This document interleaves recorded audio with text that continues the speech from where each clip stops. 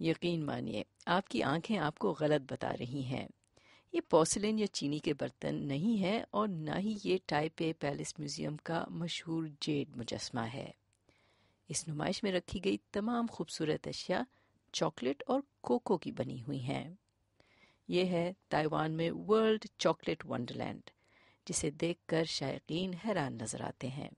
اسی طرح کی ایک نمائش اس سال بیجنگ میں بھی ہوئی تھی، لیکن تائیوان کی نمائش میں خاص بات یہ ہے کہ ٹائپے کے مخصوص مقامات کے چاکلیٹ نمونے بھی شامل ہیں، جیسے کہ ٹائپے کی یہ مشہور عمارت ٹائپے 101۔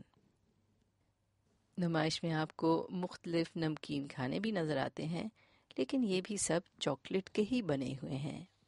کچھ شائقین کو اس بات سے مایوسی ہوئی ہے کہ چاکلیٹ کی یہ خوبصورت تخلیقات کھانے کے لیے نہیں ہیں بلکہ صرف دیکھنے کے لیے۔